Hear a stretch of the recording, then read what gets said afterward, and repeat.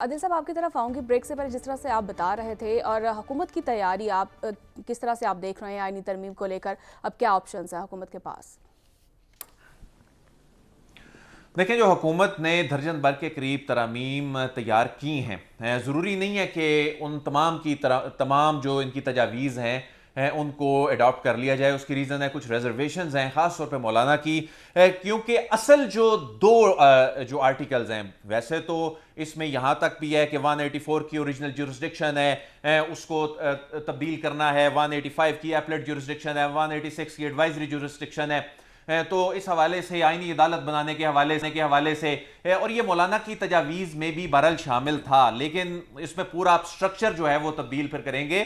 لیکن اصل جو ایشو ہے جس میں حکومت نے ہر صورت جو طے کر لیا، یہ سارا جو کھیل جو نظر آتا ہے صرف ایک ہی مقصد کے لیے، وہ ہے 175A3 کہ یعنی حکومت کے پاس یہ اختیار آ جائے کہ اپنی مرضی کا چیف جسٹس آف پاکستان جو ہے وہ جو ججز کے پینل میں سے لگایا جا سکے. تو 175A3 کو امینڈ حکومت جو ہے وہ کرنا چاہتی ہے. مولانا کا اس پہ اعتراض بھی نہیں ہے. مولانا کا اعتراض ہے 179 پہ، یعنی 65 سے 68 جو ایج کرنی ہے مولانا کہہ رہی ہیں تو سی نہ دی جائے. بہرحال انہیں قائل کرنے کی کوشش کی جا رہی ہے. صرف اس نقطے پہ مولانا جو ہیں وہ ریزسٹ کر رہے ہیں.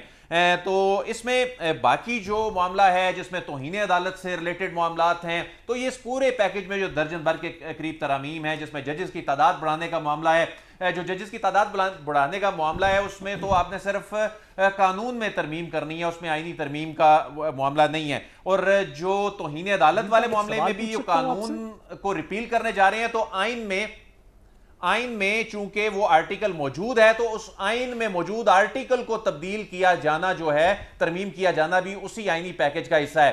تو بہرحال اب کل کابینہ کے اجلاس میں اس میں یعنی جو تحریک انصاف کے چیئرمین اس پہ اعتراض بھی کر رہے تھے کہ کوئی کابینہ سے منظوری نہیں لی، کوئی ریلیونٹ فورم سے یہ انیشیٹ نہیں ہو رہا. تو اب وہ کل کابینہ کا اجلاس بلانے کا مقصد یہ ہے کہ کل سے یہ عمل شروع ہونے جا رہا ہے، اور کبھی امکان ہے کہ کل پیش ہوگا. ضروری نہیں ہے کہ ووٹنگ اس پہ ہو، لیکن اراکین کو کہا گیا ہے کہ اگلے 3-4 دن آپ نے اسلام آباد جو ہے وہ نہیں چھوڑنا.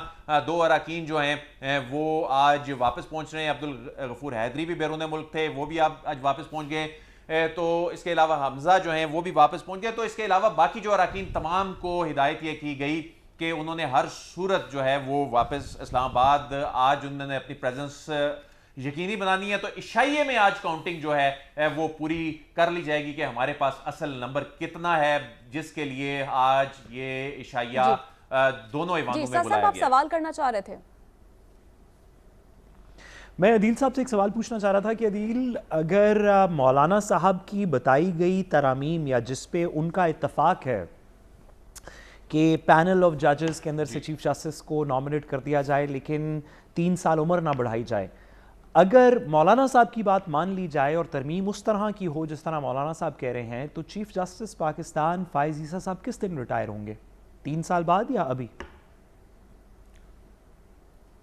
جی وہ تو پھر ابھی 25 کو ریٹائر ہو جائیں گے نا. اس کے بعد پھر آگے سے نئی جو مولانا یہ صاحب منظور ہو کی جاتی ہے ترمیم اور میں قاضی اور فائز عیسیٰ صاحب بھی گورنمنٹ کی ریٹائر ہو ترمیم جاتے میں کیا یہی مولانا صاحب کی ترمیم میں اور گورنمنٹ کی ترمیم میں جو بنیادی ڈیفرنس ہے، کیا وہ یہی نہیں کہ باقی تمام چیزوں پہ تقریباً وہ ایگری کرتے ہیں جو میجر چیزیں ہیں، اور اصل میں انکمبنٹ چیف جسٹس جو آج کل کے چیف جسٹس ہیں یا جو بھی وقت کے چیف جسٹس ہوں، ان کی اس کے اوپر ٹینیور کے اوپر اور آنے والے چیف جسٹس کے ٹینیور کے اوپر کہ وہ کس طرح ہوگا، اس پہ ڈس ایگریمنٹ ہے، ورنہ بیسیکلی ان کے امینڈمنٹ کے اوپر ایک ایگریمنٹ؟